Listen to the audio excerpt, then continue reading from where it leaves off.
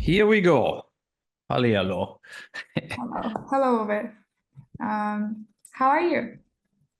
Good. And we talk about the Olympics, right? I'm watching the Olympics every day. I mean, not 10 hours, but 2 hours, I would say. So, and the highlights, of course, every day too. Yes, that's our current topic today. So how is it? How's the opening ceremony for you? Yeah, I started watching the opening ceremony, and in the beginning, I thought it's a cool idea to not be in a stadium and be on the water and the boats coming and stuff like this. And but then after 30, 40 minutes, I got bored. It was too slow. It was too like endless also. And I didn't like all the like Lady Gaga or whatever. I think that didn't really worked out so well. And then I switched it off. So I didn't watch more as 45 minutes. Then the next day I read that they did a lot of later this kind of Vogue LGBTQ stuff and stuff like this. I saw that only in the news, and but I'm not surprised. It's kind of a crazy time where I think they're all bent over to the LGBTQ community in a way. They're like trying to make it right for them and uh, pushing this agenda forward, even if no audience member gives a shit. I mean, I mean, it's really like we're talking here about under 1% of the population, and they're getting all the screen time they want in the films, in the movies, in TV series, and now also at the Olympic ceremony. So I think they overdo it a little with this. And why you think there is so much propaganda LGBTQ? Yeah, it's crazy. I really don't know. I think it's this kind of the people censor themselves before they are scared to do a political incorrect thing. So now they give them like a lot of room in the media, in the sports world. We just saw, I watched that boxing fights where, transgender male guys beating up women now in the Olympics. And I mean, that it's ridiculous, I mean, it's totally unfair to the woman. You just say, oh, I feel like a woman. Now I box at at the females. It's insane. And it's really time to bring that back in proportions. If people are gay, they're gay. So, and I understand also that some people, whatever, 1 out of 1 million, want a gender change. But now it's kind of growing too much, and it gets to the young people of today too. It almost gets advertised to them to change the gender, and it is very unhealthy. It's very bad, and it's not the right way. And I think also maybe the pharma industry makes a lot of money with hormone therapies and this stuff to change the gender, right? It's a massive costs, and they make money on it. If you have tons of young kids, they want to change from woman to man or man to woman. So they make money on all of this. And we should really look deep into it if it's not kind of a corruption going on. That's interesting thought. Speaking about you mentioned about the boxing where transgender are participating in female boxing. So is that fair enough? How No, it's no, it's like because we shouldn't forget like by nature there's male and female. That's the end, right? So there are two genders. You can feel like a woman, but if you're still a man, you have to compete under man. Like, and you cannot like just say because I do a hormone therapy and now I have breasts growing, but overall I'm still a man, and I compete under woman. That is ridiculous. And they had that in swimming, they had that in athletics. Remember the one Greece or the African runner who was clearly a man and killed everybody basically in running. And I mean, it's absurd, and it opens up the a whole door for fraud, for like completely that things getting extremely unfair. You know, if like Messi playing at the women's team at soccer or something. I mean, it's just it's just not, it's not fair, and the Olympic Committee should stop this. All the sports like soccer, athletics, whatever, the Olympic Committee, all this stuff that should be stopped in the tracks. Like you cannot just change your gender halfway through and then you compete already as a woman. And speaking about Olympics, the Australian Olympic team was robbed in Paris before the games officially started. Argentina's soccer team was robbed while practicing. Why is this happening, in your opinion? What exactly is going on with Olympic security? I mean, the Olympics are in a big city, Paris, where a lot of crime is in general, right? So, I mean, it's not that Paris is a super safe city. And now, where the Olympics come in, there comes, of course, opportunity for gangsters and gangs and so on to use this to steal from pocket thief to break-ins and stuff like this. And I'm sure there's a lot of crime going on, what not even is in the press.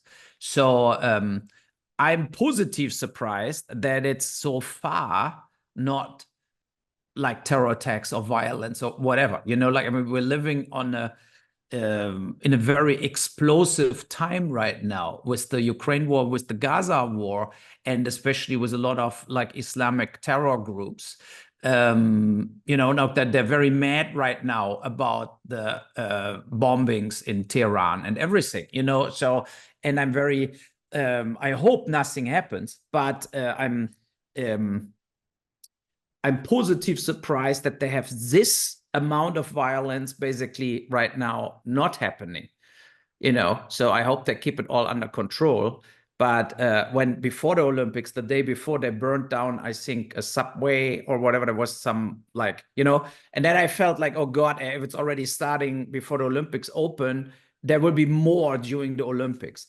But I'm sure also that France has 50,000 soldiers in the street, you know, like they're really controlling what's going on. They know what that means if you would have a bomb or something, or a mass shooting or something like this. So I hope they get it, keep it all under control, and that it stays peaceful.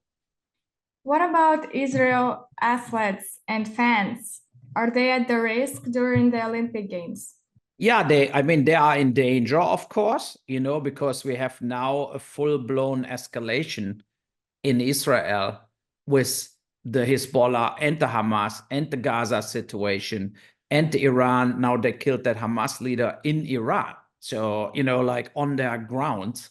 And it's a very, let's say it this way, I don't believe that it turns out into a full war between Israel and Iran and Lebanon and whatever. I don't think they will go so far, but I think in the next few months we will have more attacks from both sides, right? It's always the same. Like somebody shoots 20 rockets there, and then Israel strikes back and is more like powerful military-wise. The Israelis are better organized as the other countries, and so they strike back harder always, you know. So and I'm not sure where that all leads to. It's very bad that we have a situation like this, and it looks like humans don't learn.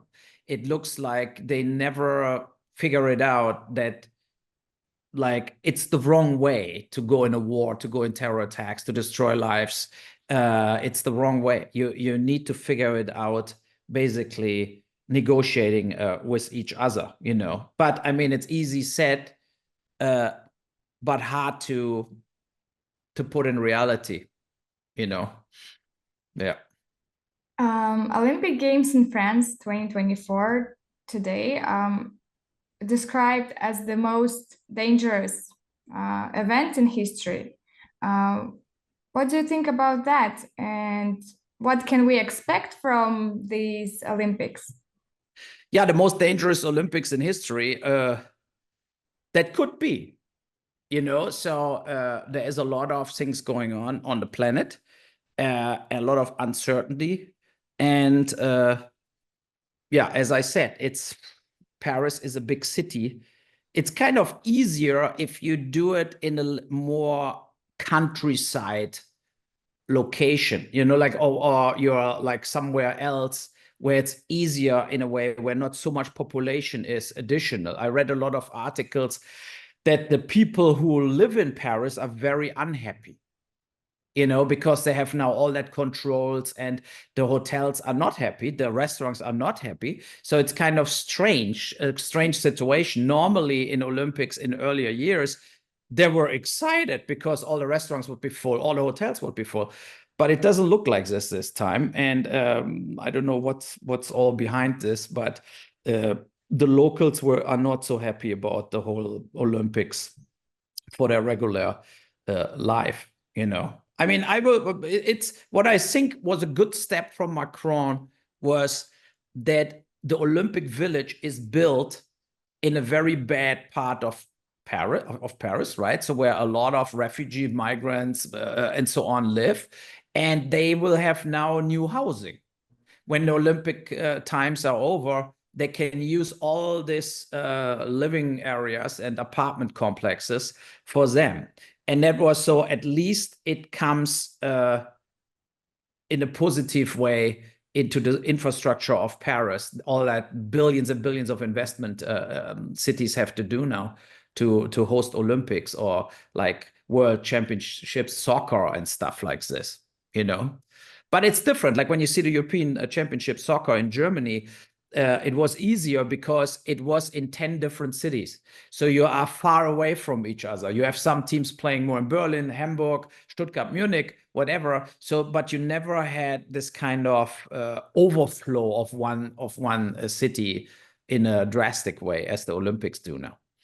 And which country would be better for hosting Olympic Games?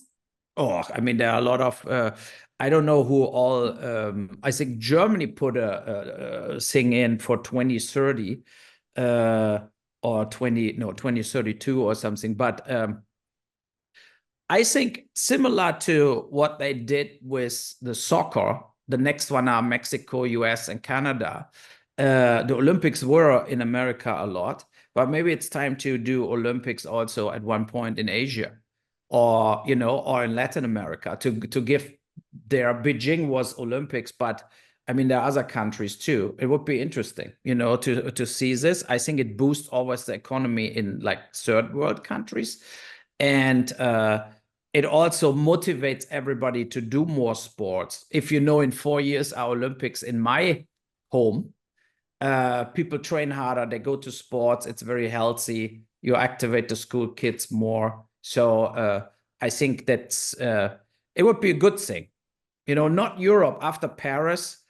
You should not do the next Olympics also in Europe. Thank you for your perspective. And that's all about Olympic Games. It was good to hear your opinions. Thanks for sharing. Absolutely. Yeah, we talk soon about something else. Okay. Yes. Thank you. Okay. Bye-bye. Bye.